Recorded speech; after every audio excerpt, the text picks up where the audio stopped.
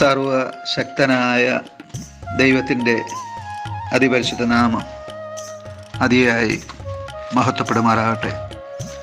കർത്താവിൽ പ്രിയ ദൈവമക്കളെ, നിങ്ങൾക്കേവർക്കും ജീസസ് വോയിസ് മെസ്സേജ് എന്ന ദൈവ വചന ധ്യാന ശുശ്രൂഷയുടെ പുതിയൊരു എപ്പിസോഡിലേക്ക് സ്നേഹത്തോടെ സ്വാഗതം.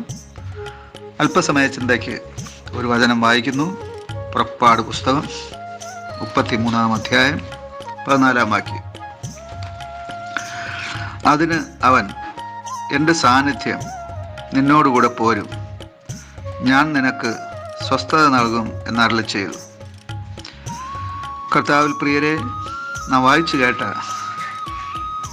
പുറപ്പാട് പുസ്തകം 33-ാം അധ്യായം 12 മുതൽ 14 വരെ നാം ധ്യാനിക്കുമ്പോൾ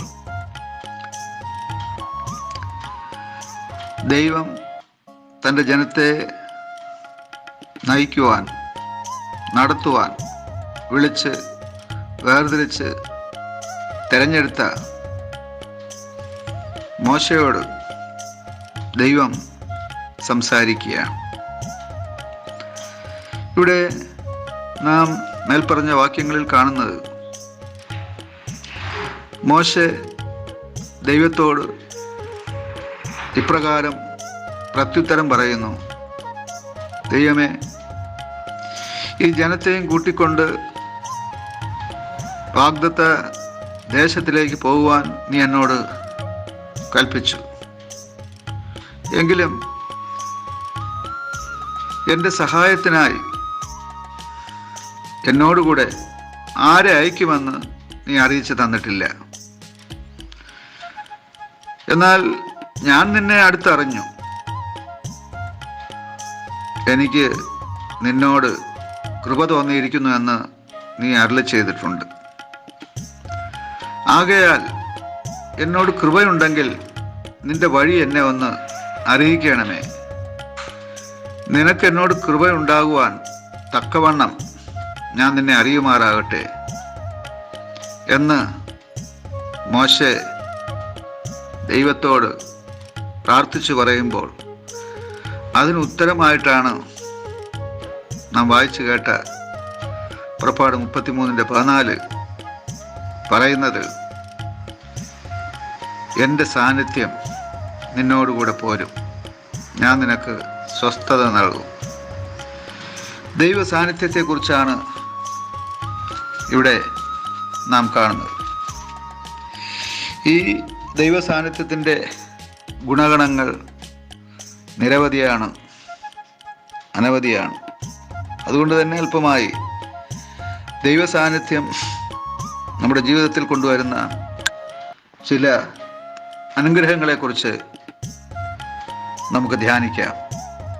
ഒന്നാമതായി, ദൈവ സാന്നിധ്യം വഴി നമുക്ക് ദിവ്യമായ സംരക്ഷണം ലഭിക്കുവാൻ ഇടയാകും.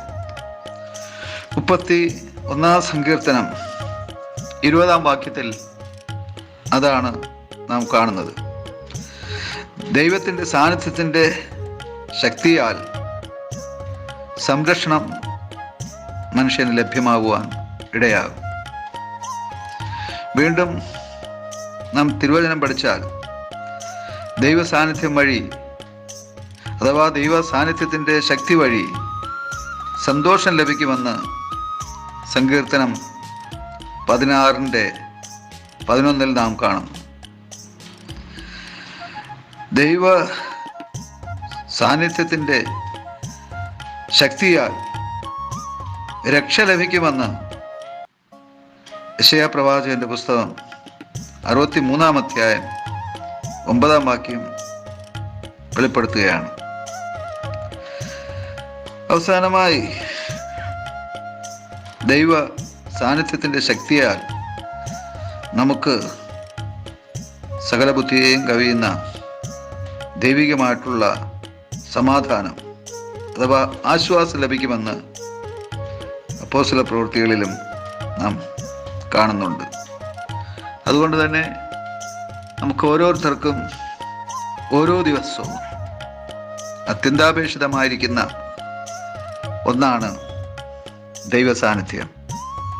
ആ ദൈവസാന്നിധ്യം നമ്മെ ചുറ്റിക്കൊണ്ടിരുന്നാൽ നമുക്ക് സന്തോഷം ലഭിക്കും, നമുക്ക് സംരക്ഷണം ലഭിക്കും, നമുക്ക് രക്ഷ ലഭിക്കും, നമുക്ക് ആശ്വാസവും സമാധാനവും ലഭിക്കും. ഈ വചനങ്ങളാൽ സർവശക്തനായ ദൈവം സമൃദ്ധിയായി നിങ്ങളെ അനുഗ്രഹിക്കുമാറാകട്ടെ. ആമേൻ, ആമേൻ. സ്വർഗീയ ശില്പിയെ നേരിൽ കാണും, അല്ലലില്ല നാട്ടിൽ ഞാൻ എത്തിടുമ്പോ. സ്വർഗീയ ശില്പിയെ നേരിൽ കാണും, അല്ലലില്ല നാട്ടിൽ ഞാൻ എത്തിടുമ്പോ. വിണ്മയമാകും ശരീരം ആ വിൺരൂപി നൽകുമ്പോ എന്നല്ലെല്ലാം മാറിയിടുന്നേ. വിണ്മയമാകും ശരീരം ആ വിൺരൂപി നൽകുമ്പോ എന്നല്ലെല്ലാം മാറിയിടുന്നേ. സ്വർഗീയ ശില്പിയെ നേരിൽ കാണും,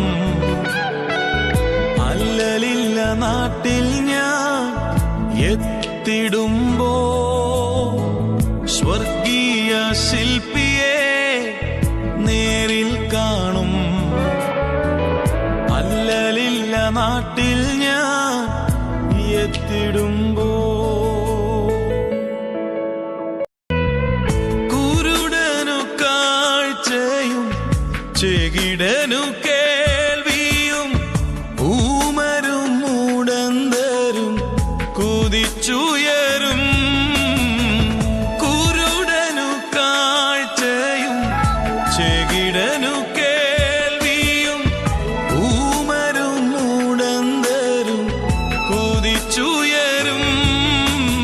വിണ്മയമാകും ശരീരം ആ വിൺരൂപി നൽകുമ്പോ എന്നല്ലെല്ലാം മാറിയിടുന്നേ. വിണ്മയമാകും ശരീരം ആ വിൺരൂപി നൽകുമ്പോ എന്നല്ലെല്ലാം മാറിയിടുന്നേ. സ്വർഗീയ ശില്പിയെ നേരിൽ കാണും, അല്ലലില്ല നാട്ടിൽ ഞാൻ എത്തിടുമ്പോ. സ്വർഗീയ ശില്പിയെ നേരിൽ കാണും, അല്ലലില്ല നാട്ടിൽ ഞാൻ